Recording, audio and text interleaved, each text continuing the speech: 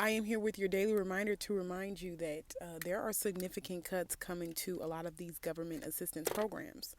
But it takes time for the system to adjust to these cuts. And so having a plan, knowing where you're going to get the resources, right? I told you that, after school, Head Start, the Department of Education, food stamps, Section 8, these programs they're being cut, right? They're not being cut completely. They're not going to be completely out of funds, but depending on which household you're in, you might be affected. So having a plan and knowing that these cuts are coming will save your life and save you a lot of stress. There are going to be a lot of strict work requirements and time limits to a lot of these housing programs.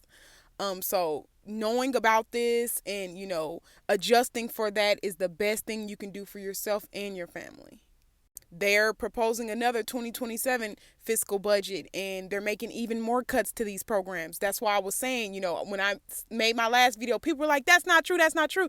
I believe every new budget they're going to do, they're going to keep pinching off of these programs. And, when they take 10 billion, right, that's 170,000 families. When they, so it's just, y'all, you have to pay attention to stuff like this if you use these programs because it takes some time for you as well to adjust and make a plan.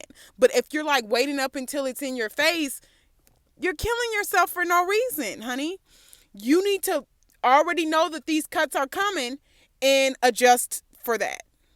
Period.